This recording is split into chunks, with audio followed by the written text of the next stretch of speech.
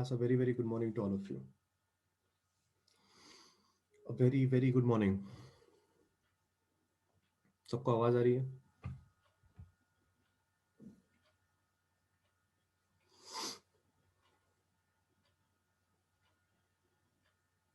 Out of your beds?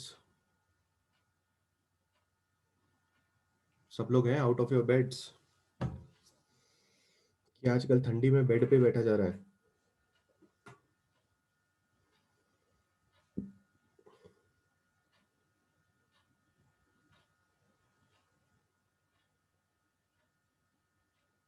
सब लोग को अपने आप को रीनेम करना है।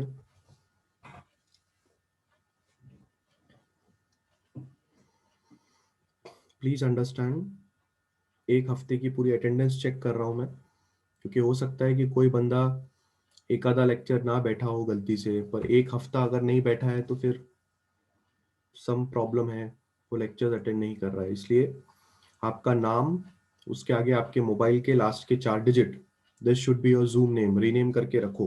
ठीक है, let's start today's lecture. I hope कल का लेक्चर सब लोग को समझा था। कल के लेक्चर में हम लोगों ने सरफेस टेंशन वाली चीज को अच्छे से स्टडी किया था। ठीक है, सो सरफेस टेंशन जो हमने कल के लेक्चर में स्टडी किया, ये कहानी कोहेसिव फोर्स के वजह से शुरू होती है, प्लस स्फेरिकल शेप लेने की वजह से शुरू होती है, प्लस मिनिमम सरफेस एरिया इसकी वजह से शुरू होती है, प्लस मिनिमम एनर्जी इसकी वजह से शुरू होती है। इन सब चीजों की वजह से अल्टीमेटली जो प्रोडक्ट मिलता है वो मिलता है सरफेस टेंशन। मुझे कल व्हाट्सएप पे बहुत सारे लोगों के डाउट्स ये आ रहे थे कि सर, आपने जो लास्ट एग्जाम्पल दिया था उस एग्जाम्पल में, एक एग्जाम्पल में आप ये कह रहे हो कि वाटर का सरफेस टेंशन कम है, और एक एग्जाम्पल में आप ये कह रहे हो कि वाटर का सरफेस टेंशन ज्यादा है, तो आप कॉन्ट्रडिक्ट कर रहे हो। तो मैं व्हाट्सएप पे सब लोगों को ये बोल रहा था, अभी भी रिपीट कर रहा हूं, जब मैंने पहला वाला एग्जाम्पल लिया था तब मैंने वाटर और ऑयल को कंपेयर किया था, और जब मैंने दूसरा वाला एग्जाम्पल लिया था तब मैंने वाटर और मर्क्यूरी को कंपेयर किया था। प्लीज अंडरस्टैंड, मैं दो लोगों को कंपेयर करके बात कर रहा हूं। ठीक है, जब हम वाटर को ऑयल के साथ कंपेयर कर रहे हैं तो surface tension of water is more and surface tension of oil is less. Compare करते समय जब मैं वाटर को मर्क्यूरी के साथ कंपेयर कर रहा हूं तो surface tension of water is less than the surface tension of mercury. Compare करते समय हम बात कर रहे हैं, मतलब यहां पे मैं क्या लिख रहा हूं, यहां पे मैं लिख रहा हूं वाटर का सरफेस टेंशन ज्यादा है विथ रिस्पेक्ट टू ऑयल का सरफेस टेंशन, और यहां पे मैं क्या लिख रहा हूं, वाटर का सरफेस टेंशन क्या है, कम है विथ रिस्पेक्ट टू मर्क्यूरी का सरफेस टेंशन। तो आप लोग ने कंफ्यूज नहीं होना है कि सर आप एक जगह पे बोल रहे हो वाटर का सरफेस टेंशन ज्यादा है, एक जगह पे बोल रहे हो वाटर का सरफेस टेंशन कम है। प्लीज अंडरस्टैंड, यहां पे मैं दो लोगों के कंपैरिजन में बात कर रहा हूं। क्या ये बात सब लोग के दिमाग में क्लियर है? और किसी को डाउट था कि ये वाला? क्योंकि कल मुझे व्हाट्सएप पे बहुत सारे लोगों का ये डाउट आया कि सर लास्ट के 2 पेजेस में मैंने ये एग्जांपल्स दिए थे, लास्ट का 2 या 1 पेज में मैंने एग्जांपल दिया था। Everybody is okay with this thing? मैं क्या बोलने की कोशिश कर रहा हूं यहाँ पे, क्लियर है सब लोग के दिमाग में? पक्का? रिप्लाई रिप्लाई रिप्लाई, उठे हो कि नहीं सब लोग? Clear?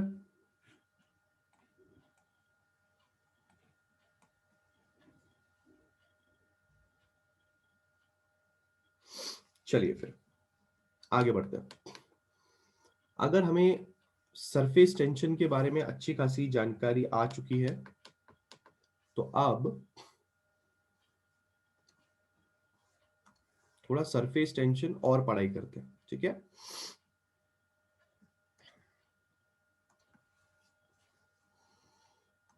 Now let's understand the definition and formula of surface tension। ठीक है, अब हम फॉर्मूले और डेफिनेशन के पीछे जा रहे हैं, तो सब लोग का दिमाग यहां पे होना चाहिए। सरफेस टेंशन का डेफिनेशन कुछ इस तरह से है।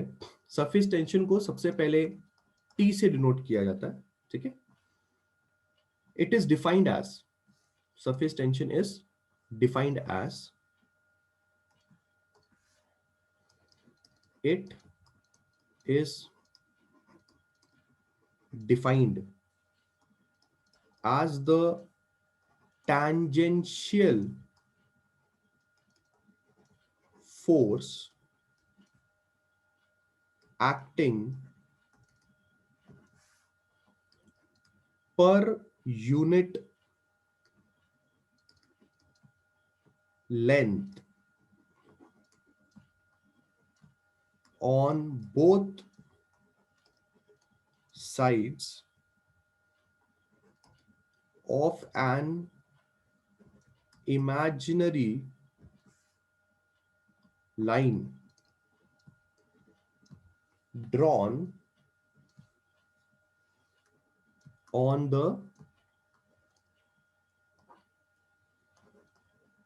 free surface of liquid। अब इस डेफिनेशन को जरा मैं आप लोग को समझा देता हूं, ठीक है? ये डेफिनेशन क्या बोलती है, जरा उसके बारे में अंडरस्टैंड करें। सपोज करें कि आपके पास एक लिक्विड का सरफेस है, ठीक है? समझिए ये आपके पास पानी का सरफेस है, ठीक है? हो सकता है यहाँ पे सब पानी पानी पानी है। ये किसी बकेट का टॉप व्यू हो सकता है। You can think this as a top view. किसी भी पानी के स्रोत का ये टॉप व्यू हो सकता है। नदी हो सकती है, जहां पे लेक हो सकता है, नदी नहीं, कुछ ऐसी जगह हो सकती है जहाँ पे पानी ठहरा हुआ हो, ठीक है? रुका हुआ होना चाहिए पानी, क्योंकि सरफेस टेंशन की प्रॉपर्टी तभी दिखती है जब पानी रुका हुआ हो, ठीक है? तो समझिए इस रुके हुए पानी के ऊपर आपने एक इमेजिनरी लाइन ड्रॉ की। कितनी भी लेंथ की इमेजिनरी लाइन हो सकती है। एक इमेजिनरी लाइन आपने इस तरह से ड्रॉ की, ठीक है? इस इमेजिनरी लाइन को आप नाम दो PQ। तो आपने जो PQ ड्रॉ किया है वो एक इमेजिनरी लाइन है, ठीक है? और इस इमेजिनरी लाइन के ऊपर आप जो फोर्स लगा रहे हो, या सरफेस टेंशन जो फोर्स लगा रहा है इस तरह से, उसको आप सरफेस टेंशन के नाम से जानेंगे। अगर आप नोटिस कर रहे हैं तो इस लाइन के ये पॉइंट्स को जरा नोटिस करें। इधर भी एरो बना रहा हूं, इधर भी एरो बना रहा हूं, दोनों तरफ एरो बना रहा हूं। क्यों ऐसा? क्योंकि इस लाइन पे जितने भी मॉलिक्यूल्स होंगे उनको राइट हैंड साइड में भी खींचा जा रहा है, और उनको लेफ्ट हैंड साइड में भी खींचा जा रहा है, उनको नीचे की तरफ भी खींचा जा रहा है। हर जगह पे उनको खींचा जा रहा है, क्योंकि हर जगह पे एक मॉलिक्यूल के ऊपर इंटर मॉलिक्यूलर फोर्सेस लग रही है।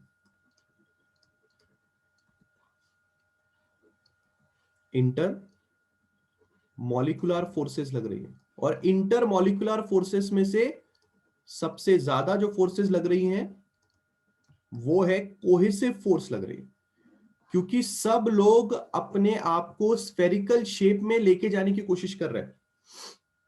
और ऐसे हमने बात क्या की थी कि सरफेस टेंशन वैसे तो आपको दिखाई नहीं देता, वाटर के ऊपर सरफेस टेंशन तो आपको वैसे भी दिखाई नहीं देता, दूध के ऊपर मलाई दिखाई देती है पर वाटर के ऊपर सरफेस टेंशन दिखाई नहीं देता। इसलिए आपने ये इमेजिनरी लाइन बनाई ताकि कुछ तो रेफरेंस हो। जब कोई चीज दिखाई नहीं देती तो उसको स्टडी करने के लिए हमें कुछ ना कुछ तो रेफरेंस बनाना पड़ेगा। तो हमने ये जो इमेजिनरी लाइन बनाई है ये हमारे लिए सिर्फ एक रेफरेंस है। इस लाइन के ऊपर जितने भी मॉलिक्यूल्स होंगे उन लोगों को आड़ा टेढ़ा, राइट लेफ्ट नीचे सब जगह पे खींचा जा रहा है। क्यों खींचा जा रहा है? क्योंकि वहां की इंटरमॉलिक्यूलर फोर्सेस, वहां की कोहेसिव फोर्सेस मिलके एक स्फेरिकल शेप बनाने की कोशिश कर रही हैं ताकि हमारा सरफेस एरिया कम हो जाए। और इसी फोर्स को जो इस PQ नाम की लेंथ के ऊपर लग रहा है, ये PQ नाम का लेंथ L हमने अगर माना, तो यही जो फोर्स पर यूनिट लेंथ लग रहा है इसी को आप सरफेस टेंशन के नाम से जानते हैं। फोर्स पर यूनिट लेंथ। दूसरा, in the previous lecture I think Vijay ने एक सवाल पूछा था कि सर सरफेस टेंशन का डायरेक्शन कैसा होता है। उस सवाल का जवाब भी हमारे पास आ रहा है कि सरफेस टेंशन एक टैंजेंशियल फोर्स लगाता है। सरफेस टेंशन जो है वो कैसा लगाता है? टैंजेंशियल फोर्स लगाता है। अब हम ये डेफिनेशन पढ़ सकते हैं। डेफिनेशन हमें समझ में आ रहा है। It is defined as a tangential force acting, tangential force act कर रहा है, कहां एक्ट कर रहा है? Per unit length on both sides of an imaginary line drawn on the free surface of the liquid. आप देख सकते हैं ये इमेजिनरी लाइन हम लोग ने ड्रॉ की है और इस इमेजिनरी लाइन के दोनों तरफ फोर्स लग रहा है। और जिस फोर्स को अगर आपने पर यूनिट लेंथ कैलकुलेट किया तो उसका नाम सरफेस टेंशन होता है। Force upon length is called as surface tension. Is the definition clear in everybody's mind?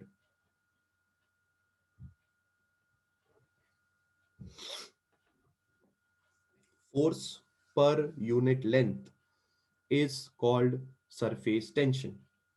Force per unit length is called surface tension. बोलिए हाँ या ना? Everybody is okay with the definition? सब लोगों को definition समझ में आ रहा है? रिप्लाई आना चाहिए सब लोगों का। अंडरस्टूड है? यूनिट क्या होगा? फोर्स का यूनिट न्यूटन होगा, लेंथ का यूनिट मीटर होगा, तो न्यूटन प्रति मीटर आपके सरफेस टेंशन का यूनिट होगा। डायमेंशन क्या होगा? M1 L0 T-2, ये आपका डायमेंशन हो। फ्री सरफेस मतलब आप जैसे तालाब देखते हैं, लेक्स देखते हैं, तो ऊपर से पानी फ्री होता है, मतलब ऊपर कुछ नहीं है ऐसा, ठीक है? पानी के ऊपर कुछ नहीं है, पानी एकदम फ्री है।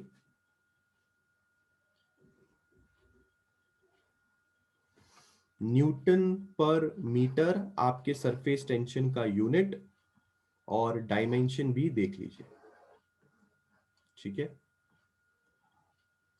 यस, एल जो है वो आपकी इमेजिनरी लेंथ है। PQ का जो लेंथ है उसको हमने L मान लिया है, लंबाई L है। क्लियर? आगे बढ़े।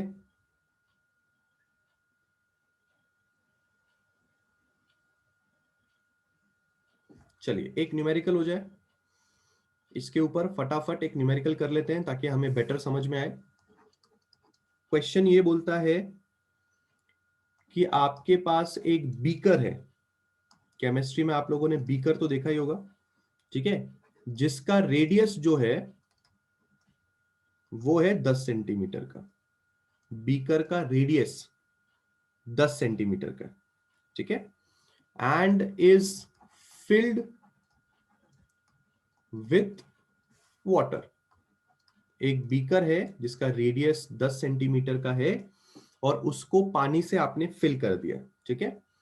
हमें कैलकुलेट करना है सरफेस टेंशन, हमें कैलकुलेट करना है क्या, surface tension on any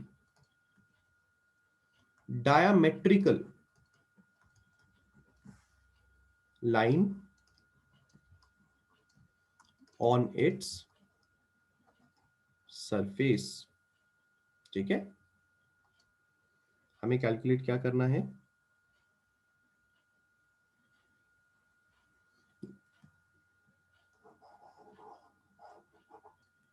calculate हमें फोर्स करना है, हमें कैलकुलेट फोर्स करना है on any diametrical line of its surface, and हमें सरफेस टेंशन ऑफ वाटर दिया हुआ है, हमें surface tension of water given है, वो है 0.075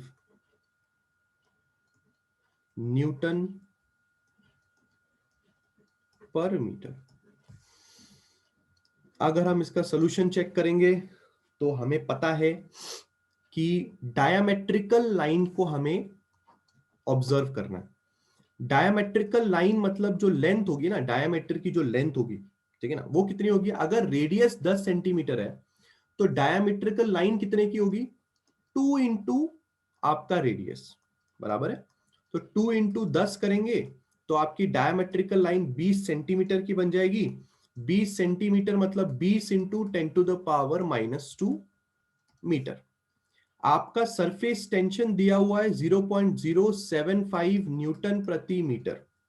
ठीक है, अब आप खाली फोर्स लगाएं, फोर्स निकालें। सरफेस टेंशन होता है फोर्स अपॉन लेंथ, इसका मतलब फोर्स हो सकता है सरफेस टेंशन इंटू लेंथ, यानी कि 0.075 इंटू 20 इंटू 10⁻⁻2। तो यहां से अगर आप फोर्स कैलकुलेट करेंगे तो आपको मिलेगा 1.5 इंटू 10⁻⁻2 न्यूटन। अगर आप नोटिस करेंगे तो क्वेश्चन में वो खुद आपको बताएगा कि आपको कहां पे कार्यक्रम करना है, यानी कि आपको लेंथ कितनी लेनी है, वो क्वेश्चन में किसी ना किसी तरह से आपको पक्का बताएगा। जैसे कि यहां पे रेडियस आपको दिया हुआ था, बट क्वेश्चन में साफ साफ बोला calculate force on any diametrical line. तो जैसे ही डायमेट्रिकल लाइन बोला तो आपके लिए क्लियर हो गया कि आपकी लेंथ यानी कि डायमीटर होनी चाहिए। बोलिए, is the example giving you more confidence कि हमें किस तरह से आगे बढ़ना है? हालांकि इस क्वेश्चन में आप लोगों को सरफेस टेंशन दिया हुआ था, आपको फोर्स निकालना था।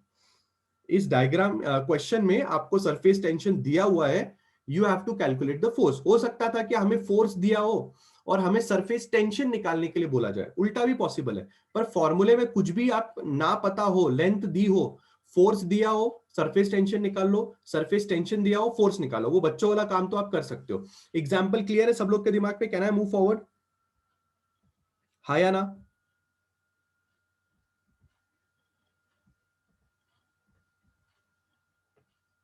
जल्दी जल्दी जल्दी। सेंटीमीटर की चीजों को मीटर में कन्वर्ट करना सब लोग को आता है, 10⁻⁻2 से मल्टीप्लाई करके, राइट?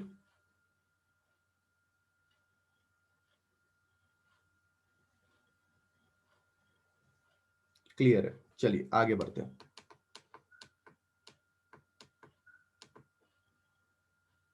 अगला जो चीज हमें समझनी है,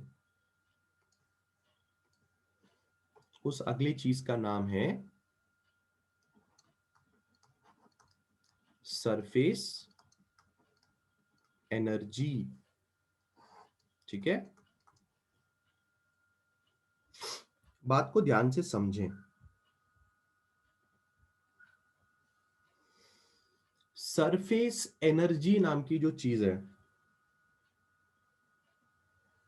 उसको हम एक थोड़े बहुत एक प्रोसेस के हिसाब से समझेंगे। ठीक है, तब तक मैं सिर्फ उसका डेफिनेशन लिख देता हूं, बाद में मैं इस चीज को थोड़ा और एक्सप्लेन करूंगा। The extra energy of the molecules in the surface layer is called surface energy.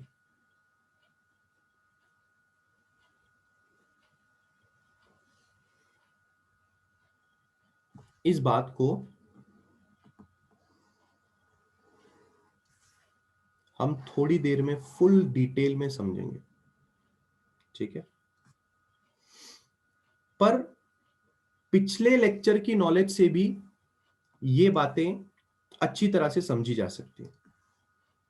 Let's understand with the help of previous lecture. अगर मैं ये डेफिनेशन प्रीवियस लेक्चर के नॉलेज से समझने जाऊं तो क्या होगा? प्रीवियस लेक्चर में हम लोगों ने ये पढ़ने की कोशिश की कि हमारा जो लिक्विड है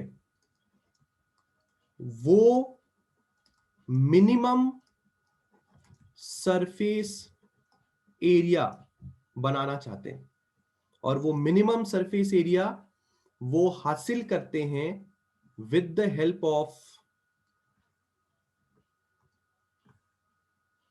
शेख फराज. सो जाइए.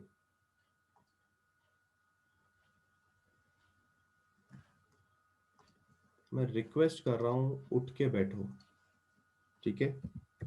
हम लोग इधर पागल नहीं है, उठ के बैठ के आपको इतनी अच्छी तरह से पढ़ा रहे हैं, ठीक है?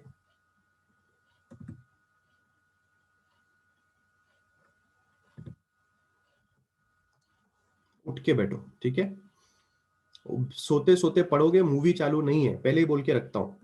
हमें रेगुलर की पढ़ाई रेगुलरली करनी है, इसलिए उठ के बैठो, अच्छे से हर एक चीज लिखो, इंपॉर्टेंट पॉइंट्स को नोट डाउन करो. बहुत इंपॉर्टेंट चैप्टर चल रहा है, बहुत इजी चैप्टर चल रहा है, ठीक है? लिक्विड्स का हम लोग को पता चला था कि हम लोगों को मिनिमम सरफेस एरिया वो बनाने की कोशिश करते हैं. मिनिमम सरफेस एरिया बनाने के चक्कर में वो स्फेरिकल शेप लेने की कोशिश करते हैं, ठीक है? मिनिमम सरफेस एरिया बनाकर लिक्विड्स का फायदा क्या हो रहा था? लिक्विड्स का फायदा ये हो रहा था कि उनका मिनिमम एनर्जी का यूटिलाइजेशन हो रहा था, है ना? या हम ऐसे लिख सकते हैं कि लिक्विड्स ट्राइज टू अटेन क्या? A state of minimum energy, है ना? लिक्विड लोग को पता चल गया था कि एक लॉ है, जिस लॉ का नाम है एनर्जी कंजर्वेशन लॉ. उस लॉ के हिसाब से अगर हम सोचेंगे तो ना तो हम एनर्जी क्रिएट कर सकते हैं और ना ही हम एनर्जी डिस्ट्रॉय कर सकते हैं. जब लिक्विड को ये बातें पता चली तो लिक्विड ने क्या किया? लिक्विड ने सोचा कि भाई फिर तो हम मिनिमम एनर्जी का इस्तेमाल करेंगे. मिनिमम एनर्जी का इस्तेमाल करने का मतलब ये है कि हम अपना मिनिमम सरफेस एरिया रखेंगे. अगर हम मिनिमम सरफेस एरिया रखेंगे, यानी कि स्फेरिकल शेप बना के रखेंगे, तो हमारी जो एनर्जी का यूटिलाइजेशन होगा वो सबसे मिनिमम होगा. और अगर हमारे पास एनर्जी का यूटिलाइजेशन सबसे मिनिमम होगा तो इसका मतलब यह होगा कि हमारे पास एक्स्ट्रा एनर्जी बचेगी, क्योंकि आपके पास एनर्जी की बचत की जा रही है. बात को समझें, बात को समझें. अगर एक लिक्विड एक रेक्टेंगल बन के जिंदगी बिताता तो जितनी एनर्जी की खपत होती, स्फेरिकल शेप बना के जिंदगी बिताने में उससे कम खपत हो रही है. तो बची कुछ एनर्जी जो है, बची कुछ एनर्जी जो एक्स्ट्रा एनर्जी आपके पास है, उस एक्स्ट्रा एनर्जी को आप सरफेस एनर्जी का नाम देते हैं. The extra energy of the molecules in the surface layer is called the surface energy. नाम में ही सब कुछ छुपा हुआ है. Surface energy is called as the extra energy. Why the word extra energy is being used? ये extra energy word हम क्यों यूज कर रहे हैं? हम ये extra energy इसलिए वर्ड यूज कर रहे हैं क्योंकि the minimum energy का यूटिलाइजेशन जब होगा तो कुछ बची कुची एनर्जी तो होगी ना, वो एनर्जी कहां जाएगी? वो एनर्जी आपके लिक्विड्स के सरफेस के ऊपर रहेगी, उसको आप सरफेस एनर्जी बोलेंगे। ये प्रीवियस लेक्चर से मैंने समझाने की कोशिश की कि सरफेस एनर्जी की चीज प्रीवियस लेक्चर के हिसाब से कैसे दिखती है, ठीक है। आज के लेक्चर में हम लोग इस सरफेस एनर्जी को किस तरह से अंडरस्टैंड करेंगे जरा देखते हैं, ठीक है। फिलहाल प्रीवियस लेक्चर से थोड़ा बहुत समझ में आया सरफेस एनर्जी क्या है, कि क्लियर है दिमाग में? क्या ये बात सब लोग को पता चल रही है कि अगर मिनिमम एनर्जी का यूटिलाइजेशन किया जा रहा है तो ऑब्वियस सी बात है हमारे पास कुछ एक्स्ट्रा एनर्जी बचेगी और वो एक्स्ट्रा एनर्जी हमारे सरफेस के पास रहेगी। This is called as surface energy. Everybody is okay with this explanation? ठीक है, चलिए अब इसी चीज को थोड़ा और डिटेल में हम अंडरस्टैंड करने जा रहे हैं पूरी तरह से। सबका ध्यान होना चाहिए यहां पे, ठीक है। Everybody should be paying attention here. Suppose कीजिए इस तरह से हमारे पास एक फिगर में बनाने जा रहा हूं।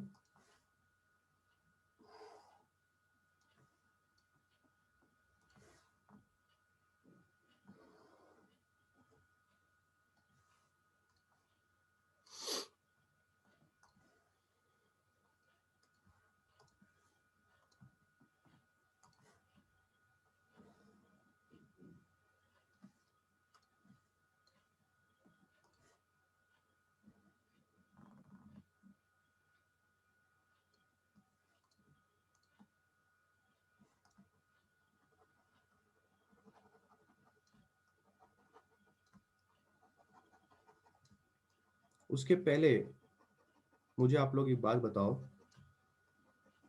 आपने मेले में या कहीं जगह पे एक ऐसी चीज देखी है क्या जिसमें एक आदमी सोप सॉल्यूशन में एक चीज को डिप करके फूंक मारता है तो उसमें से बबल्स निकलते हैं अलग अलग कलर के? देखा? सब लोगों ने वो देखा है? मेले में या बचपन में हम लोग जाते थे ना कहीं पे बीच बीच के आजू बाजू ना, एक सोप सॉल्यूशन में एक रिंग, ऐसी गोल कलर की एक ऐसी गोल एक रिंग होती थी, एक हैंडल होता था उसको, इसको वो सोप सॉल्यूशन में डिप करता था तो यहाँ पे ना चमकती हुई एक लेयर बन जाती थी सोप की। फिर वो उसमें फूंक मारता था तो वो ऐसा बड़ा होते होते होते होते एक बबल बन के उड़ जाता था, ठीक है। You must have seen that thing. खाली वो वाली चीज याद रखनी है और ये टॉपिक आपने यहाँ पे अंडरस्टैंड करना है, ठीक है।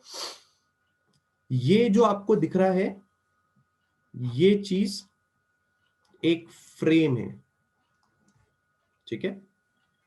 एक इस तरह का एक फ्रेम है और जो ये चीज आपको दिखाई दे रही है ये एक मूवेबल आर्म है। मूवेबल आर्म का मतलब है ये चीज लेफ्ट और राइट साइड पे मूव की जा सकती है, ठीक है। अब हमने क्या किया ये जो चीज आपको दिखाई दे रही थी इसमें हमने एक सोप सॉल्यूशन में इसको डिप किया। हमने इस पूरी चीज को किस में डिप किया?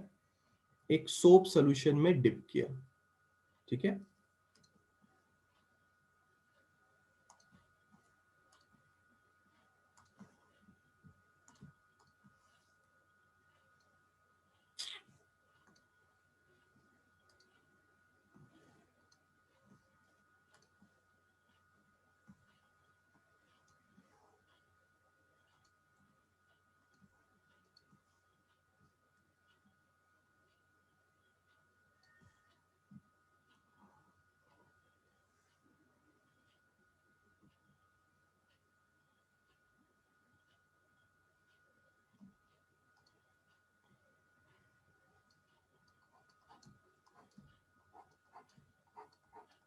आदित्य कामले, जरूरी नहीं है टेक्स्ट बुक के ही टर्म्स पढ़ाए जाएं, कल का लेक्चर पढ़ लीजिए, सब है उसमें।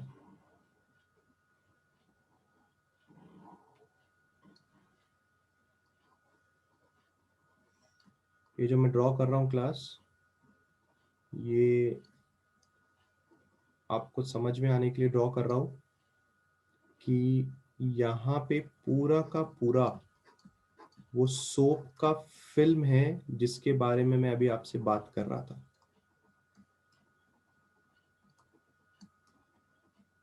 ठीक है,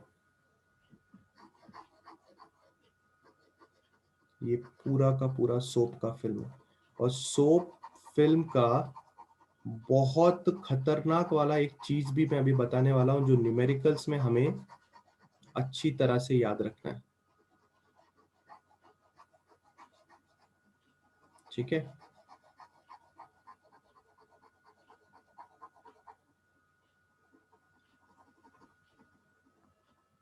चलिए।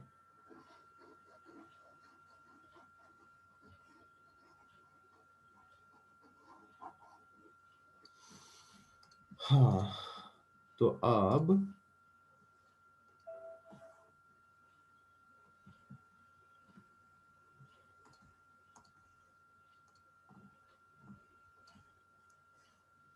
ये क्या है? This is soap film. मतलब क्या हुआ, आपको समझ में आया क्या? ये जो आप रेक्टेंगल चीज देख रहे हो ना, इस रेक्टेंगल चीज को आपने सोप सॉल्यूशन में डिप किया। जैसे कि वो मेले वाला इंसान ना इस गोले को सब सोप सॉल्यूशन में डिप करता था ना, तो इस गोले के ऊपर ऐसे सोप की एक परत चढ़ जाती थी, अगर आपको याद आएगा तो। सिमिलरली हमने इस पूरी चीज को जब सोप सॉल्यूशन में डिप किया, तो ये जो ब्लू वाला पार्ट आपको दिखाई दे रहा है, इस ब्लू वाले पार्ट में पूरा का पूरा सोप सॉल्यूशन चिपक चुका है, जैसे यहां पे चिपकता था। क्या ये बात सब लोग इमेजिन कर पा रहे हैं मैं क्या बोलने की कोशिश कर रहा हूं? Everybody is able to imagine this thing what I am able से? सबको समझ में आ रहा है कि ये ब्लू वाला पार्ट क्या है? Everybody is understanding what is this blue वाला पार्ट?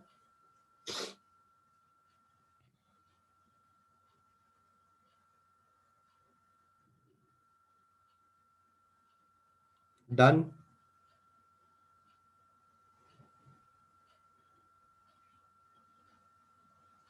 हाँ, एक बहुत ही इंपॉर्टेंट नॉलेज जो आपको पता होनी चाहिए with respect to soap film. जब भी कहीं पे सोप फिल्म बनाई जाती है, उस सोप फिल्म की हरदम दो लेयर्स बनती हैं। एक अपर लेयर बनती है और एक लोअर लेयर बनती है। हरदम ये बात को याद रखें, एक सोप सॉल्यूशन हरदम दो लेयर से बनता है। मतलब अभी मैं यहां पे आपको जो सोप सॉल्यूशन दिखा रहा हूं, इस सोप सॉल्यूशन का आप सिर्फ अपर लेयर देख रहे हैं, इसके पीछे और एक लेयर है जिसको लोअर लेयर बोला जाता है। ऑलवेज रिमेंबर दिस थिंग कि जब भी आप सोप सॉल्यूशन की बात करेंगे, तो soap solution consist of two layers of soap solution. जब भी एक जगह पे सोप सॉल्यूशन आपको दिखाई देगा, तो वो सोप सॉल्यूशन के ऊपर भी एक लेयर होती है और उसकी नीचे भी एक लेयर होती है। दो लेयर से बन के सोप सॉल्यूशन बनता है। इसका मतलब कभी भी सोप सॉल्यूशन के लिए आप ट्वाइस लेंथ कंसीडर करेंगे या फिर आप ट्वाइस एरिया कंसीडर करेंगे। ट्वाइस लेंथ या ट्वाइस एरिया क्यों कंसीडर करेंगे? क्योंकि आपके पास सोप सॉल्यूशन की कितनी लेयर होती हैं? सोप सॉल्यूशन की आपके पास हरदम दो लेयर बनती है। कहीं पे भी बनाओ, किसी भी जगह पे बनाओ। जैसे अगर आपने समझो आपने कंसीडर किया एक सोप से बना हुआ बबल, दिस इज अ, क्या कंसीडर किया आपने? दिस इज अ सोप का बबल। तो इस सोप के बबल में भी दो लेयर्स हैं, एक लेयर अंदर की तरफ, एक लेयर बाहर की तरफ। दो लेयर से मिलके सोप बबल बनता है। क्या ये नॉलेज सब लोग याद रखेंगे? Everybody will keep this in mind कि जब भी आप सोप सॉल्यूशन की बात करेंगे, तो दो लेयर होने की वजह से आप लंबाई 2 गुनी लेंगे और आप एरिया भी 2 गुनी लेंगे। लंबाई 2 गुनी क्यों लेनी है? क्योंकि एक लंबाई ऊपर वाली लेयर की, एक लंबाई नीचे वाली लेयर की। एरिया भी 2 गुना क्यों लेना है? एक एरिया ऊपर वाले का, एक एरिया नीचे वाले का। क्या ये बात सब लोग को समझ में आ रही है? Everybody is okay with this thing?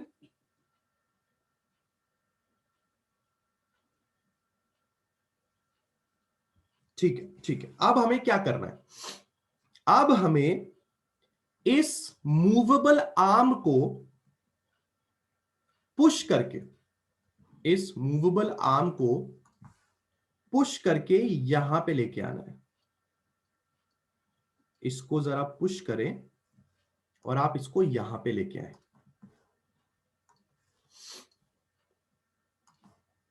समझो आप मूवेबल आर्म को यहां पे लेके आ गए। मूवेबल है ना? मूवेबल है मतलब हम उसको मूव कर सकते हैं। तो समझो आपने उस मूवेबल आर्म को यहां पे लेके आ गए। ठीक है। अब जो चीज मैं आपको बताने जा रहा हूं, आप लोग को उसमें मुझे बताना है कि ये पॉसिबल है या नहीं है। ठीक है। अगर मैंने मूवेबल आर्म को खींच के यहां पे लेके आ गया, ठीक है, so this is the movable arm का फर्स्ट पोजीशन। ठीक है। And this is the movable arm का सेकेंड पोजीशन, या फिर आप इसको ओल्ड पोजीशन बोल सकते हो और आप इसको न्यू पोजीशन बोल सकते हो। आपने उसको खींच के, इस मूवेबल आर्म को खींच के, क्योंकि वो मूवेबल है, मूवेबल मतलब वो मूव हो सकता है, तो उसको आपने खींच के राइट हैंड साइड में खींच के रख दिया। ठीक है। अब इस सोप सॉल्यूशन के साथ क्या होगा, क्या लगता है आपको? बोलिए। जब आप इस मूवेबल आर्म को खींच के राइट हैंड साइड में लेके आ जाएंगे, तो ये सोप सॉल्यूशन या ये जो सोप की फिल्म है यहां पे, इसके साथ क्या होगा, क्या लगता है आपको? बोलिए, क्या विचार है आपके? अगर हमने उस सोप सॉल्यूशन के बारे में सोचने की कोशिश की, तो आपके क्या विचार है? सोप सॉल्यूशन के साथ क्या होगा? एक्सपैंड होगा? सोप सॉल्यूशन एक्सटेंड होगा, एक्सपैंड होगा, स्प्रेड होगा? क्या आप ऐसा उम्मीद कर सकते हैं कि अब सोप सॉल्यूशन यहां तक भी आ जाएगा पूरा का पूरा? कितने लोगों को ये बात समझ में आ रही है जो मैं बोलने की कोशिश कर रहा हूं? कितने लोगों को ये बात समझ में आ रही है कि ये सोप सॉल्यूशन जो है वो एक्सपैंड होके इतनी पूरी जगह कवर कर लेगा? क्या वो बंदा जब फूंक मारता है तो आपको वो एक्सपेंशन उसी समय उस बबल में दिखाई दिया था? जैसे ही वो बंदा फूंक मारता है, वो बबल जिस तरह से एक्सपैंड होता है, तो क्या आपको ये फीलिंग उसी वक्त आ गई थी कि यहां पे भी अपना सोप सॉल्यूशन जो है वो एक्सपैंड करेगा? ये फीलिंग हमें पहले से आ चुकी है कि नहीं आ चुकी है? Right, right. What is this? ये चीज क्या है? This is the new area created. क्या है ये? ये एक नया एरिया क्रिएटेड है। बराबर? आपने जब सोप सॉल्यूशन को एक्सटेंड किया, तो ये एक नया एरिया क्रिएटेड है कि नहीं है? जैसे समझ कीजिए कि पहले जो एरिया था वो था P, Q, R and S। जो आपका ओल्ड एरिया था वो कितना था? P, Q, R, S। और अब आपके पास जो नया एरिया है वो है Q प्राइम, R प्राइम। तो अब जो न्यू एरिया आपने क्रिएट किया वो है Q prime, R prime, R। ये नया एरिया क्रिएट हुआ। ये आपके पास पुराना एरिया था। बराबर, बराबर। इतनी बात सबको समझ में आई? प्रोसेस अभी तक से हम लोगों ने क्या किया है, क्या वो सबके दिमाग में क्लियर है? कि पहले हमारे पास एक PQRS नाम का एक ओल्ड एरिया था, हमारे पास एक मूवेबल आर्म था, उस मूवेबल आर्म को हमने राइट साइड में धक्का मारा, तो अब वो थोड़ा एक्सटेंड हो गया है। और थोड़ा मतलब कितना एक्सटेंड हो गया? वो मूवेबल आर्म कितना एक्सटेंड हो गया? अगर आप चाहते हैं तो इस डिस्टेंस को भी मेंशन कर सकते हैं। इस मूवेबल आर्म के डिस्टेंस को भी मेंशन कर सकते हैं कि सपोज कीजिए हमने उसको यहां से लेके यहां तक जो मूव किया तो हमने dx मूव किया उसको। तो जब आपने उस मूवेबल आर्म को dx मूव किया तो एक नया एरिया क्रिएट हो गया, किसका? सोप सॉल्यूशन का।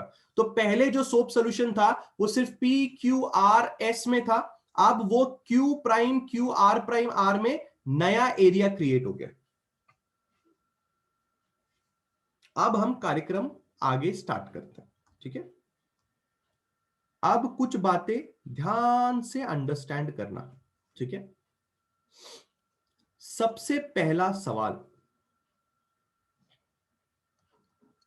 जो न्यू एरिया क्रिएट हुआ है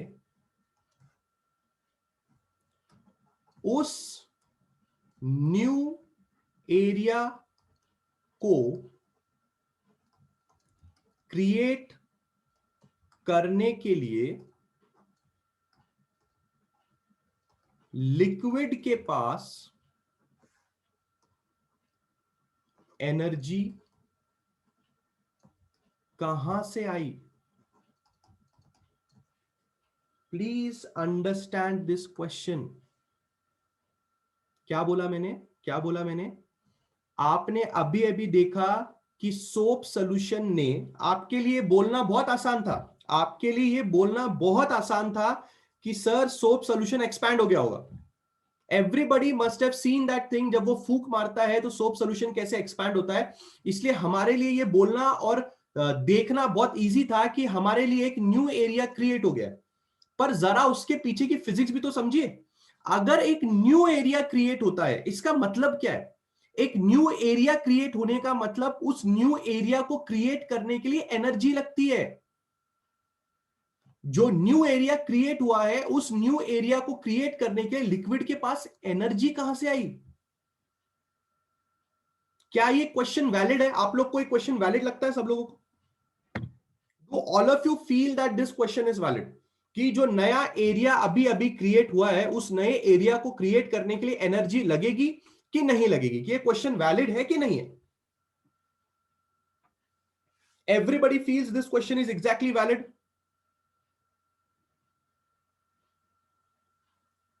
बराबर। इसका आंसर सुने, इसका आंसर सुने, ठीक है। ध्यान से इसका आंसर सुने। If we notice then we can see that we are doing some work on the movable arm slash soap film। मेरी बात ध्यान से सुनिए। If we notice, then we can see that we are doing some work on the movable arm और soap film। मुझे direct diagram के पास वापस जाना चाहिए। मुझे एक बात बताओ, मुझे एक बात बताओ, क्या मैंने अभी थोड़ी देर पहले तुम्हें ये बोला कि मैंने इस मूवेबल आर्म को राइट साइड में खींचा? मैंने खींचा। हम लोगों ने इस मूवेबल आर्म को राइट हैंड साइड में खींचा। इस मूवेबल आर्म को जब आपने राइट हैंड साइड में खींचा होगा तो ऑब्वियस सी बात है आपने उसके ऊपर फोर्स लगाई होगी।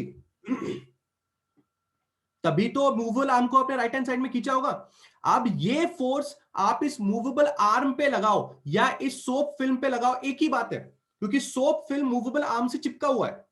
तभी तो जब आपने मूवेबल आर्म को खींचा तो उसके साथ ही साथ आपका सोप फिल्म भी खींचता खींचता बड़ा हो गया। अगर आपने इस मूवेबल आर्म पे एक फोर्स लगाई और उस फोर्स लगाने की वजह से मूवेबल आर्म में कुछ डिस्प्लेसमेंट आया, तो क्या मैंने बचपन में कोई चीज पढ़ के रखी हुई है?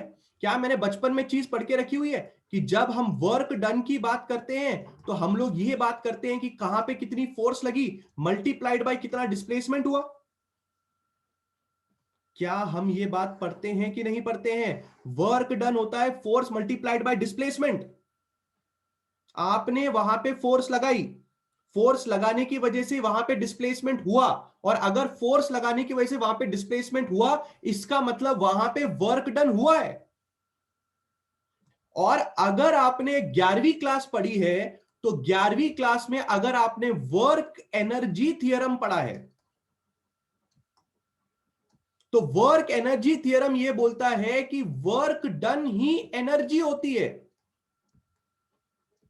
तो मेरा सवाल यह है फोर्थ पॉइंट में, कि अगर हमने सोप फिल्म पे कुछ वर्क डन किया, तो वो वर्क डन गया कहां? बात को समझे। वर्क डन करने का मतलब क्या है? What does work done means? Work done मतलब एनर्जी होती है। मतलब ऐसा समझो कि आपने उस सोप फिल्म को एनर्जी दी। किस फॉर्म में एनर्जी दी? आपने उस सोप फिल्म को वर्क डन करके एनर्जी दी। एक एग्जाम्पल टू अंडरस्टैंड हम क्या बोलना चाहते हैं, ठीक है? कभी अगर आप प्रार्थना में खड़े हो, असेंबली में खड़े हो, तो आपने नोटिस किया होगा चीज कि एक लास्ट में एक शैतान बच्चा होता है। वो शैतान बच्चा मस्ती कर रहा होता है। मस्ती में वो क्या करता है शैतान बच्चा? वो उसके आगे वाले को धक्का मारता है, ठीक है? क्या मारता है? वो आगे वाले को धक्का मारता है। तो फिर ये वाला बंदा उसके आगे वाले को धक्का मारता है, देखा होगा आपने, है ना? तो ये वाला बंदा जब इस वाले को धक्का मारता है, तो ये पीछे मुड़ के देखता है, मतलब मेरे को क्यों धक्का मारा? उसे लगा मैंने नहीं मारा, पीछे वाले ने मारा। You must have seen this बच्चागिरी, है ना? बचपन में ऐसा फालतूगिरी हम करते थे। मेरा सवाल ये है, अगर मैं इस लास्ट वाले बंदे की रिस्पेक्ट में सोचूं, तो इस लास्ट वाले बंदे ने इसके आगे वाले बंदे के ऊपर फोर्स लगाया। लगाया नहीं लगाया? धक्का मारने का मतलब क्या है? व्हाट डज धक्का मारना मीन्स? धक्का मारने का मतलब है कि भाई साहब आप फोर्स लगा रहे हो। बात को समझे, धक्का मारने का मतलब है आप फोर्स लगा रहे हो। जैसे ही आपने फोर्स लगाया, तो सामने वाले बंदे ने कुछ डिस्प्लेसमेंट किया होगा, dx नाम का डिस्प्लेसमेंट किया सामने वाले बंदे ने। इसका मतलब इस बंदे ने वर्क डन किया, बराबर? कॉमन सेंस वाली बात है। मेरा सवाल यह है कि इस बंदे ने, लास्ट वाले बंदे ने जो इस बंदे पे वर्क डन किया, वो वर्क डन गया कहां? वर्क डन किया ना उसने, उसके ऊपर फोर्स लगाई, तो वो वर्क डन गया किधर? वो जो वर्क डन आप देख रहे हो, उसी वर्क डन की वजह से तो उस बंदे ने मूवमेंट किया है। उसी वर्क डन की वजह से तो उस बंदे ने चेंज इन पोजीशन लेके आया है। यही वर्क डन का तो कमाल है। मेरा बोलने का मतलब यह है कि जब भी आप किसी चीज के ऊपर वर्क डन करते हो, तो वर्क डन करने का मतलब यह होता है कि आप उस चीज को एनर्जी प्रोवाइड करते हो, और वो एनर्जी का इस्तेमाल सामने वाली पार्टी किसी भी तरह से कर सकती है। मोस्टली सामने वाली पार्टी उस वर्क डन का इस्तेमाल अपनी पोजीशन चेंज करके दिखाती है आपको। और ये आपने 8वीं 9वीं 10वीं क्लास के अंदर न्यूटन के first law, second law, third law में पढ़ा हुआ है। तो जो वर्क डन होता है, जिसके बारे में मैं अभी इतना गला फाड़ फाड़ के चर्चा कर रहा हूं, उस वर्क डन का यूटिलाइजेशन होना चाहिए। क्योंकि वर्क डन एक तरह से क्या है? वर्क डन एक तरह से एक एनर्जी है। और अगर एनर्जी के बारे में बात की जाए, तो एनर्जी ना तो क्रिएट की जा सकती है, ना तो डिस्ट्रॉय की जा सकती है, बस वो यूटिलाइज की जा सकती है। एक फॉर्म से दूसरे फॉर्म में यूटिलाइज की जा सकती है। मेरा सवाल यह है कि हमने सोप सोल्यूशन के ऊपर वर्क डन किया, वो वर्क डन किधर गया? किधर है वो वर्क डन? मैंने मूवेबल पिस्टन के ऊपर वर्क डन किया, मतलब मैंने सोप सोल्यूशन के ऊपर वर्क डन किया। बस मेरा सवाल ये है कि अगर हमने सोप सोल्यूशन पे वर्क डन किया तो वो वर्क डन कहां गया? वो वर्क डन कहां गया? इसका जवाब बिल्कुल ध्यान से समझें, बिल्कुल ध्यान से समझे। Work done by us was converted into surface energy which was utilized to create the new surface area। मेरी बात बिल्कुल ध्यान से समझना। कुछ लोग को अभी मैंने जैसे सवाल बोला ना कि वो वर्क डन कहां गया, तो आधे लोग ने रिप्लाई किया डीएक्स करने में, डीएक्स करने। बिल्कुल सही बोल रहे हो आप बिल्कुल सही बोल रहे हो। जो वर्क डन हमने किया वो वर्क डन डीएक्स करने में यूटिलाइज हुआ। बिल्कुल सही बोल रहे हो, कुछ गलत नहीं बोल रहे हो। पर मुझे एक बात बताओ, डीएक्स क्या है रे? What is dx? क्या डीएक्स नया एरिया है कि नहीं? क्या डीएक्स नया सरफेस है कि नहीं? डीएक्स यहां पे क्या है? डीएक्स यहां पे क्या है? डीएक्स वो लाइट ब्लू कलर का नया सरफेस एरिया है। खाली पिस्टन मूव नहीं हुआ है, पिस्टन के साथ साथ ये सोप सॉल्यूशन भी मूव हुआ है। मेरा सवाल वो भी था कि जब ये नया सरफेस एरिया क्रिएट हुआ तो इस सोप सॉल्यूशन के पास वो नया सरफेस एरिया क्रिएट करने के लिए एनर्जी आई कहां से? ये मेरा सबसे पहला सवाल था आप लोगों से। अगर आप नोटिस करोगे तो सबसे पहला सवाल जो मैंने यहां पे पूछा है, जो न्यू एरिया क्रिएट हुआ उस न्यू एरिया को क्रिएट करने के लिए लिक्विड के पास एनर्जी आई कहां से? अब तुम्हें पता चला एनर्जी कहां कहां से आई। तुमने जो वर्क डन किया था, तुमने जो वर्क डन किया था, वही वर्क डन, वही वर्क डन, यानी कि वो एनर्जी लिक्विड के पास चली जाती है और उसी एनर्जी की मदद से लिक्विड ये नया सरफेस एरिया क्रिएट करता है। किसी को बात समझ में आ रही है मैं क्या बोलने की कोशिश कर रहा हूं? एवरीबडी, आर यू अंडरस्टैंडिंग कि लिक्विड के पास ये नया सरफेस एरिया क्रिएट करने की एनर्जी कहां से आई? कहां से आई? कहां से आई? कहां से आई? ये नया सरफेस एरिया क्रिएट करने की एनर्जी लिक्विड के पास कहां से आई? बताओ मुझे, चैट सेक्शन में रिप्लाई करो सब लोग। नया सरफेस एरिया क्रिएट करने की एनर्जी लिक्विड के पास कहां से आई? वर्क डन से आई। वर्क डन किसने किया? वर्क डन किसने किया? हम लोग ने किया। ये वर्क डन हम लोग ने किया है, राइट? वर्क डन क्या होता है? What is work done? Work done एक तरह की एनर्जी है। Can we call work done as a energy? Yes. और ये एनर्जी गई कहां पे? ये एनर्जी उस लिक्विड ने ले ली, उस सोप सोल्यूशन ने ले ली। और ये एनर्जी उस सोप सोल्यूशन ने लेके उसका यूटिलाइजेशन कैसे किया? नया सरफेस एरिया क्रिएट करने में यूटिलाइजेशन किया। क्योंकि अगर आपको नया सरफेस एरिया क्रिएट करना है तो आपको एनर्जी चाहिए। आप बिना एनर्जी के नया सरफेस एरिया क्रिएट नहीं कर सकते।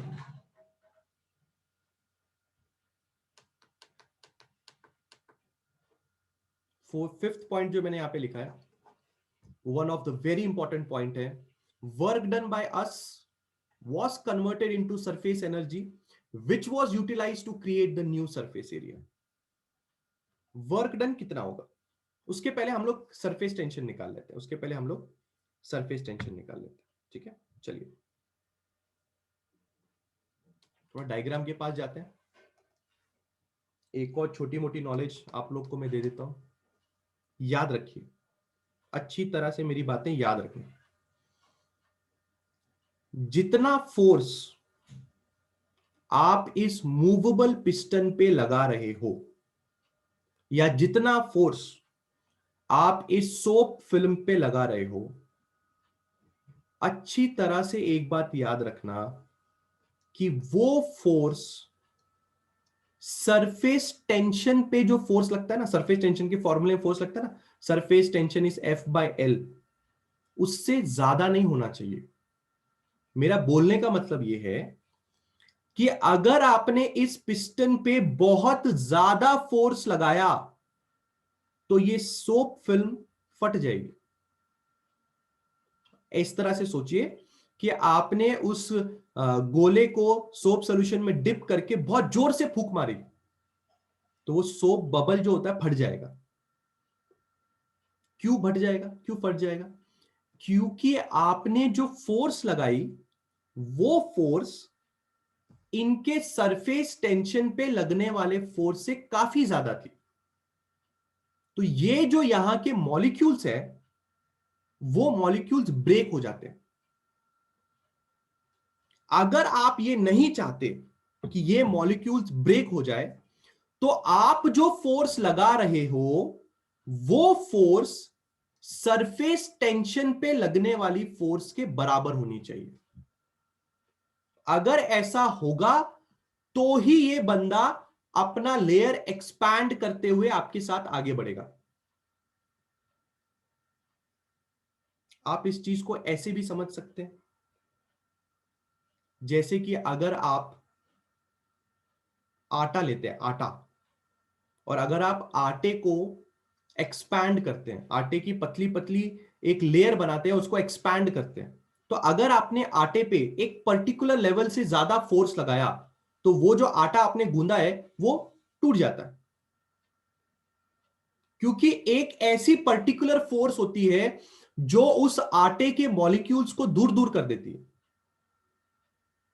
तोड़ देती है, उनके बीच का फोर्स कमजोर कर देती है। उनके बीच का फोर्स से ज्यादा फोर्स लगाओगे तो ऑब्वियसली टूट जाएगा। तो आपने उसके ऊपर फोर्स कितना लगाना है? आपने उसके ऊपर फोर्स उतना ही लगाना है जितना इनके पास सरफेस टेंशन का फोर्स है। जितना सरफेस टेंशन का फोर्स है उतना ही फोर्स आपने बाहर से भी लगाना है। एक और नॉलेज वाली बात मैं यहां पे लिख देता हूं, अच्छी तरह से बात को समझिए। ये होगा मेरा 6th पॉइंट, और मेरा 6th पॉइंट क्या होगा? The external force applied by us should be equal to the inter molecular forces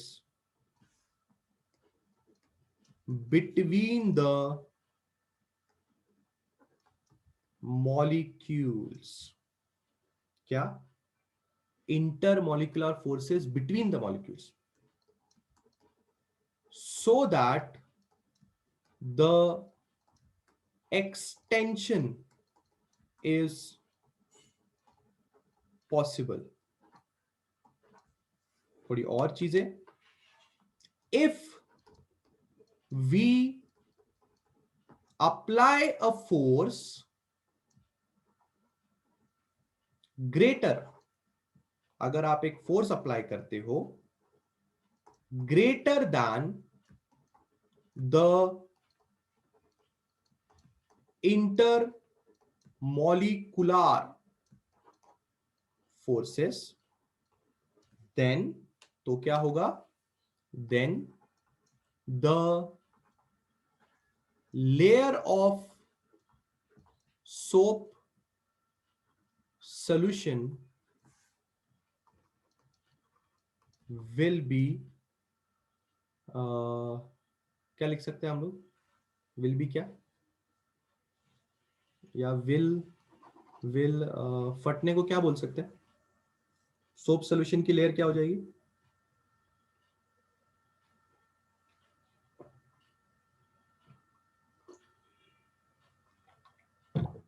break, या फिर बर्स्ट भी, टीयर, हाँ, टीयर या फिर डिस्ट्रॉय, जो चाहिए वो आप, जो आपको पसंद आए वो आप इस्तेमाल करो। ठीक है, डन है। याद रखनी है, ज्यादा जोर से फोर्स नहीं लगानी है, मजे मजे में आके खींच दिया मूवेबल आर्म, वो लेयर डिस्ट्रॉय हो जाएगी, ब्रेक हो जाएगी वो लेयर। आपने आराम से फोर्स लगानी है, और उतनी ही फोर्स लगानी है जितनी फोर्स उस लेयर को या उस लेयर पे जो सरफेस टेंशन या इंटरमॉलिक्यूलर की वजह से फोर्सेस लगती है उतनी ही लगानी है, ज्यादा फोर्स नहीं लगानी है आपने वहां पे। क्या ये बात सब लोग को दिमाग में क्लियर है? ओके है एवरीबॉडी? सब लोग ने अंडरस्टूड किया इस चीज को? ठीक है, चलिए अब हम अपना डेरिवेशन स्टार्ट करते हैं। फटाफट सब लोग का ध्यान होना चाहिए यहां पे। ठीक है, चलिए। अभी अभी थोड़ी देर पहले मैंने आपको एक फॉर्मूला समझाया था, ठीक है, कि सरफेस टेंशन का फॉर्मूला होता है फोर्स अपॉन लेंथ, है ना? अभी अभी थोड़ी देर पहले हमने ये फॉर्मूला सीखा था। यहां से फोर्स का फॉर्मूला हो सकता है सरफेस टेंशन इनटू लेंथ, ठीक है। इन दिस केस फोर्स का फॉर्मूला होगा सरफेस टेंशन इनटू 2L। कोई मुझे बता सकता है मैंने हमारे केस में सरफेस टेंशन इनटू 2L क्यों लिखा?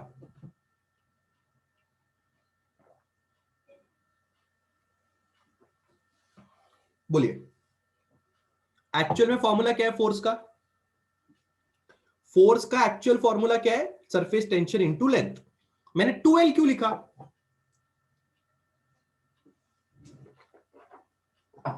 कमान कमान, देखते हैं कितने लोग ध्यान से लेक्चर सुनते हैं।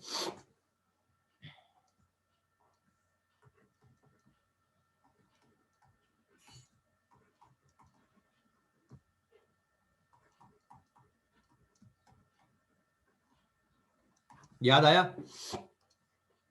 कुछ याद आया? पक्का याद आया? हाँ, बराबर बराबर, 2 लेयर होते हैं। बहुत बढ़िया बहुत बढ़िया, चलो आगे बढ़ते हैं। आपने जो वर्क डन किया वो वर्क डन कितना किया? फोर्स इनटू डिस्प्लेसमेंट किया ना? Work done. ये जो आपने फोर्स लगाया, ये वाली फोर्स और ये वाली फोर्स दोनों बराबर है ना? आपको अभी भी पता चला था हमने जो फोर्स लगाई और सरफेस टेंशन वाली फोर्स बराबर है। तो आप यहां पे पुट कर सकते हो T इंटू 2L dx बराबर वर्क डन बराबर T। इसको आप क्या लिख सकते हो? इस पूरे को आप क्या लिख सकते हो? dA, क्योंकि length into dx can be area, है ना? Length into breadth can be area, पर याद रखना 2L dx को आपने dA माना। अगर हम डायग्राम की तरफ जाएंगे तो लेंथ किधर है, जरा मैं आपको वो भी दिखा देता हूं।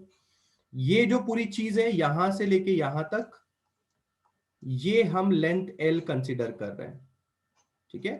तो अगर ये लेंथ है और ये dx नाम का ब्रेथ है, तो length into breadth actually area हो जाएगी। कौन सा एरिया? नया वाला एरिया, मतलब ये जो एरिया आप दिख रहा है शेडेड वाला area, this this thing is dA।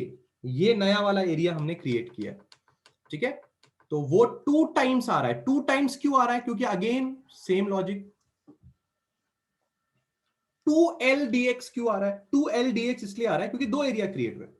और अभी थोड़ी देर पहले आपको समझ में आया था कि यही वर्क डन जो आपने किया वही सरफेस एरिया नहीं, सरफेस एनर्जी बन जाता है।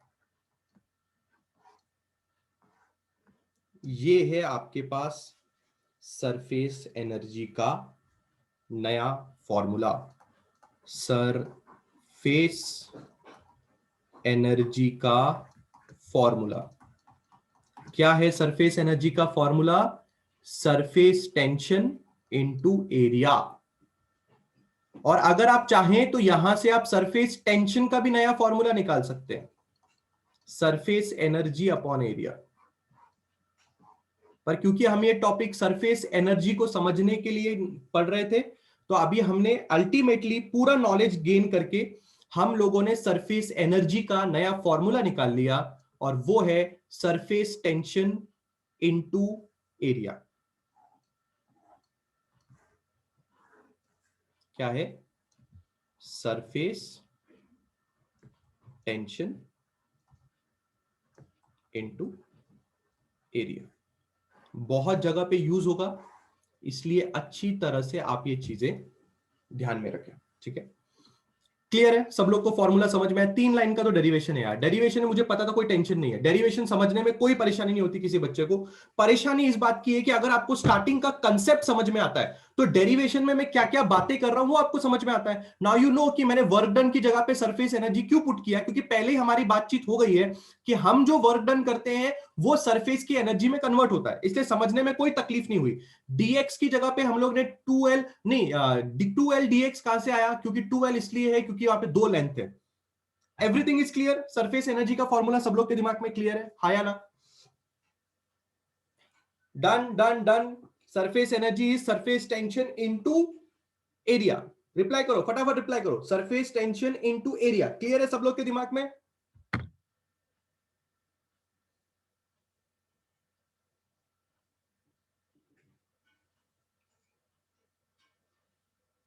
चलो बहुत ही बढ़िया। एक न्यूमेरिकल फटाफट to get the hold of the topic. ठीक है, हमें निकालना है calculate the work done in blowing a soap bubble to a radius of 1 centimeter. Surface tension of soap bubble हमें दिया हुआ है 2.5 into 10 to the power -2 newton per metre. ठीक है, शुरू करते हैं। Calculate the work done in blowing a soap bubble to a radius of 1 centimetre. बिल्कुल मेरी बात ध्यान से समझना। इनिशियल रेडियस जो सोप बबल का होगा वो होगा 0 सेंटीमीटर, क्योंकि अभी सोप बबल बना ही नहीं है, अभी तक से आपने फूंक मारी ही नहीं है। अगर आपने फूंक मारा ही नहीं तो काय का बबल? तो इनिशियल आपका रेडियस तो 0 था, और आपका फाइनल रेडियस जो आपको चाहिए वो कितना चाहिए? 1 सेंटीमीटर। ये क्वेश्चन में मेंशन है कि blowing a soap bubble to a radius of 1 centimetre. To a radius का मतलब इतना रेडियस होना चाहिए। तो ऑब्वियस सी बात है, उसका कुछ इनिशियल रेडियस होगा और उसका कुछ फाइनल रेडियस होगा। और हमने कैसे गेस किया इनिशियल रेडियस 0 होगा? क्योंकि अभी तक से आपने फूंक मारी ही नहीं है। जब आप फूंक मारेंगे तो आपका रेडियस बनेगा। तो आप इसको किस तरह से लिख सकते हैं? 1 centimetre can be written as what? 0.01 metre. ठीक है, अब हम क्या करेंगे? वर्क डन निकालेंगे। तो भाई क्या फॉर्मूला है वर्क डन का? वर्क डन यानी कि सरफेस एनर्जी, और सरफेस एनर्जी का फॉर्मूला क्या है? Surface tension into change in area. यही फॉर्मूला है ना? मैंने यहां पे सिर्फ एरिया लिख दिया, चेंज इन एरिया बराबर डीए। डीए क्या होता है? चेंज इन एरिया होता है। चलिए, चेंज इन एरिया आप कैसे निकालेंगे? Surface tension into change in area का मतलब क्या होगा? What will be change in area? Let us take this as R1, let us take this as R2। Area का फॉर्मूला क्या होता है भाई? बबल मतलब एक स्फीयर, बबल मतलब एक स्फीयर। तो स्फीयर का एरिया कितना होगा? 4 पाई R2 का स्क्वायर -4 पाई R1 का स्क्वायर। बचेगा सिर्फ 4 पाई R2 का स्क्वायर, क्योंकि ये चीज तो 0 हो जाएगी क्योंकि R1 0 है। अब आपके पास सब कुछ है, पुट करो 2.5 इंटू 10 टू द पावर -2। ये आप पुटअप कर सकते हो, बराबर है। पर एक और गलती हो गई, एक और गलती हो गई। रुक जा रुक जा रुक जा रुक जा रुक जा रुक जा रुक जा। सबसे पहले तो मेरे को ये बताओ कि आपको ये समझा क्या? ये लाइन सबको समझी मैंने क्या किया? चेंज इन एरिया समझा? This will be final area and this will be initial area क्या आपको ये बातें समझ में आ रही हैं? Everybody is okay with this thing? Soap bubble एक स्फीयर होता है और स्फीयर का एरिया 4πr² होता है। क्या ये बात सब लोग को समझ में आ रही है? स्फीयर का एरिया 4πr² होता है, ये बात सबको पता है। और डीए का मतलब क्या? What does DA means? DA का मतलब क्या है? डीए का मतलब है change in area. What does DA means? DA means change in area. तो चेंज इन एरिया कैसे निकालेंगे? फाइनल एरिया को आप माइनस करेंगे किसके साथ? इनिशियल एरिया के साथ माइनस करेंगे। तो फाइनल एरिया कितना होगा? 4πr² का स्क्वायर और इनिशियल होगा 4πr1 का स्क्वायर, क्योंकि इनिशियल रेडियस आपका r1 था, फाइनल रेडियस आपका r2 था। यह बात सबको समझ में आई कि नहीं आई? यहां तक सब लोग क्लियर है कि नहीं? पक्का? डन है? आगे बढ़ू? Can I move forward? अब तुम्हें पता है ना कि इनिशियल रेडियस तो 0 है, ये पूरा का पूरा कैंसिल आउट हो जाएगा। इनिशियल रेडियस 0, ये पूरा का पूरा कैंसिल आउट हो जाएगा। तो तुम्हारा फाइनल एरिया कितना आना चाहिए? 4πr², पर इसमें गलती है, इंटू 2। कोई बताएगा मैंने इंटू 2 क्यों किया? क्वेश्चन में साफ साफ बोला है कि सोप सॉल्यूशन है। याद आया? याद आया? सोप सॉल्यूशन बोला है कि नहीं बोला है? बोला है कि नहीं? कौन सा बबल है? कौन सा बबल है? सोप बबल बोला है कि नहीं? तो सोप बबल का मतलब 2 एरिया, तो 2 एरिया मतलब इंटू 2 करना पड़ेगा ना। जो मैंने यहां पे गलती कर दी, मैंने इंटू 2 नहीं किया। हाँ या ना? हाँ या ना? सब लोगों को बात समझ में आ रही है? पक्का? जब भी सोप सॉल्यूशन दिखेगा इंटू 2 मार देने का, खत्म। चलो अब कंटिन्यू करते हैं। तो अब हम क्या कर सकते हैं? वर्क डन बराबर surface tension into change in area. Surface tension is 2.5 into 10⁻⁻², and the area is 2 into 4πr² का स्क्वायर, यानी कि 2.5 into 10⁻⁻² into 2 into 4 into 3.16 into r2 हमने कितना निकाला था? 0.01 का स्क्वायर। अगर आप इसको सॉल्व करेंगे तो आपको आंसर आता है 6.275 इंटू 10⁻⁻5 जूल्स। और अगर कोई आपसे पूछेगा कि भाई ये वर्क डन कहां गया, चुपचाप उसको जवाब देना, सरफेस एनर्जी में कन्वर्ट हो गया। हा या ना? समझ में आ रहा है? आपने सोप बबल पे फूंक मारी तो सोप बबल का सरफेस एरिया इंक्रीज हुआ कि नहीं हुआ? आपने जो फूंक मारी ना, आपने वर्क डन किया, और वो वर्क डन कहां गया? नया एरिया बनाने में गया। सिंपल सा। नया एरिया बनाने के लिए सरफेस एनर्जी लगती है, आपका वर्क डन सरफेस एनर्जी में कन्वर्ट हो गया। मैं सब लोगों से रिक्वेस्ट करूंगा, जैसे ही ये पीडीएफ आप लोग के पास आती है, इसको अच्छी तरह से स्टडी करें। रोज का लेक्चर अगर आप रोज पढ़ेंगे तो आपको कुछ भी डिफिकल्ट नहीं लगेगा, आपको जरा सी भी डिफिकल्टी नहीं आएगी उस चीज के अंदर। लटकाते बैठोगे, अगले लेक्चर में बिना पढ़े आओगे, कुछ नहीं समझने वाला। सब लोग को एक बार रिप्लाई करना है।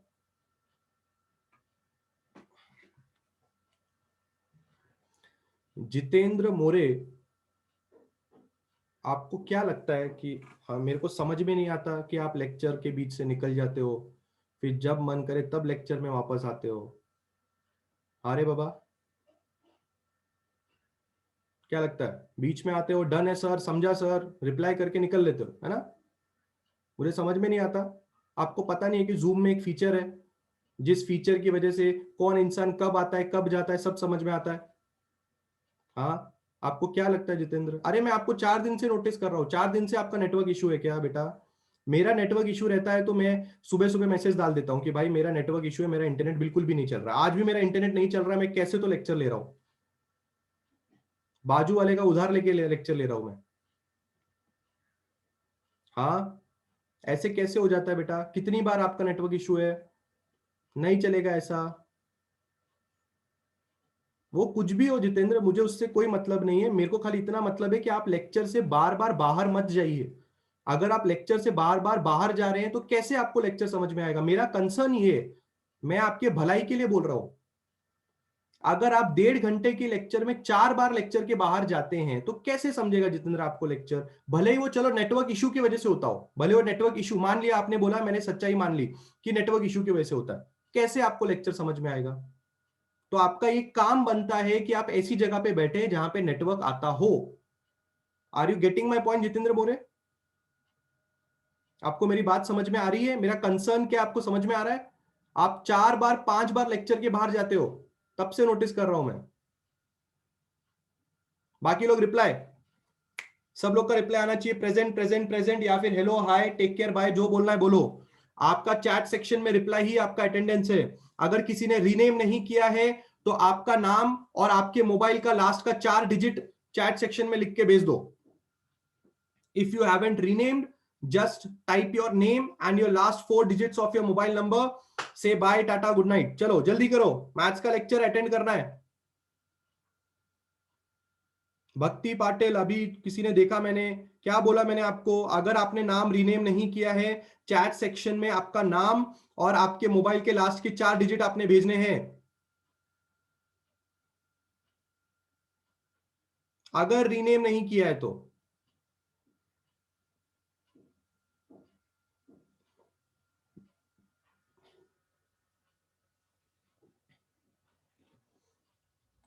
Bye bye bye bye bye bye bye bye. रोज रीनेम नहीं करना पड़ता है। अगर आप अपने गूगल आई मतलब मेन जूम में जाके अगर आप चेंज करेंगे तो रोज रीनेम नहीं करना पड़ेगा। लॉग इन करो अपने गूगल से, गूगल में जाके जूम में जाके वहां से अगर आप ईमेल आईडी डाल के अपना नाम चेंज करेंगे तो रोज आपको रीनेम नहीं करना पड़ेगा। अनिकेत पवार, मेरे को कैसे समझेगा बेटा आपने लेक्चर अटेंड किया है? आपके मोबाइल के लास्ट के 4 डिजिट डालो चैट सेक्शन में, put your mobile last. Bhavik Patil, आपके मोबाइल के लास्ट के 4 डिजिट डालो, जो आपके ग्रुप में जिस नंबर से आपने ग्रुप ज्वाइन किया है उस मोबाइल नंबर के लास्ट के 4 डिजिट चैट सेक्शन में डालो। भाविक पाटिल, यश पालकर, हाँ भाविक अभी आप जा सकते हैं फटाफट।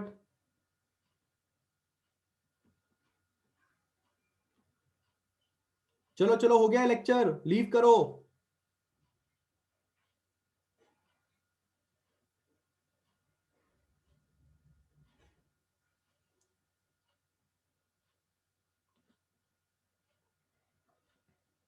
टाटा टाटा टाटा, चलो। पीडीएफ आके रिवाइज करना है, पीडीएफ जब आएगी रिवाइज करना है।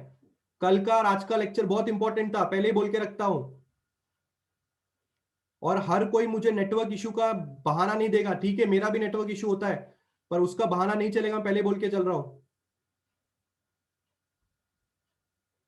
अनिकेत पवार, बेटा मेरे को कैसे समझेगा आपने लेक्चर अटेंड किया है? कितनी बार बोलूं चैट सेक्शन में क्या लिख के भेजना है?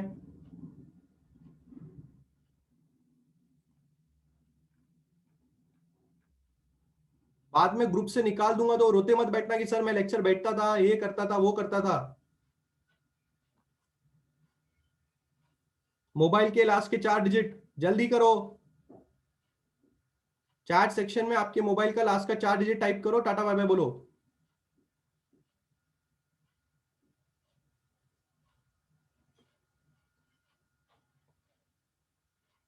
चलो बाय।